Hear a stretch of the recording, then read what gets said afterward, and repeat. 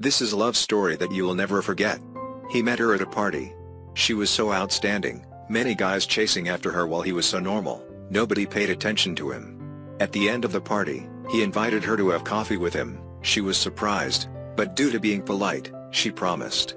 They sat in a nice coffee shop. He was too nervous to say anything. She felt uncomfortable. She thought, please, let me go home. Suddenly he asked the waiter, would you please give me some salt? I'd like to put it in my coffee. Everybody stared at him, so strange. His face turned red, but, still, he put the salt in his coffee and drank it. She asked him curiously, why you have this hobby? He replied, when I was a little boy, I was living near the sea, I liked playing in the sea, I could feel the taste of the sea, just like the taste of the salty coffee. Now every time I have the salty coffee, I always think of my childhood, think of my hometown. I miss my hometown so much, I miss my parents who are still living there. While saying that, tears filled his eyes. She was deeply touched. That's his true feeling, from the bottom of his heart. A man who can tell out his homesickness, he must be a man who loves home, cares about home, has responsibility for home. Then she also started to spoke about her faraway hometown, her childhood, her family. That was a really nice talk, also a beautiful beginning of their story. They continued to date. She found that actually he was a man who meets all her demands. He had tolerance, was kind-hearted, warm, careful. He was such a good person, but she almost missed him. Thanks to his salty coffee.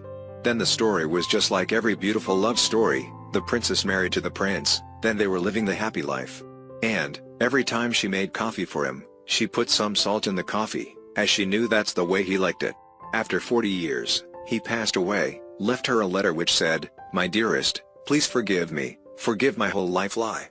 This was the only lie I said to you, the salty coffee.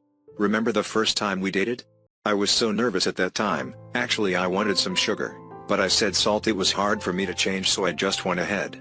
I never thought that could be the start of our communication.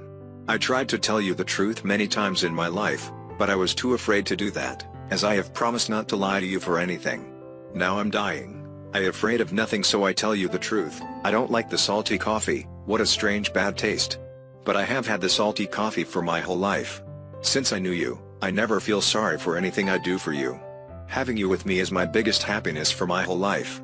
If I can live for the second time, still want to know you and have you for my whole life, even though I have to drink the salty coffee again. Her tears made the letter totally wet. Someday, someone asked her, what's the taste of salty coffee? It's sweet. She replied. Love begins with a smile, grows with a kiss, and ends with a tear. The glory of success is in bouncing high every time you hit the bottom. Love is not selfish, so love is not being happy, it is to make happy whom you love even if you are unhappy with it.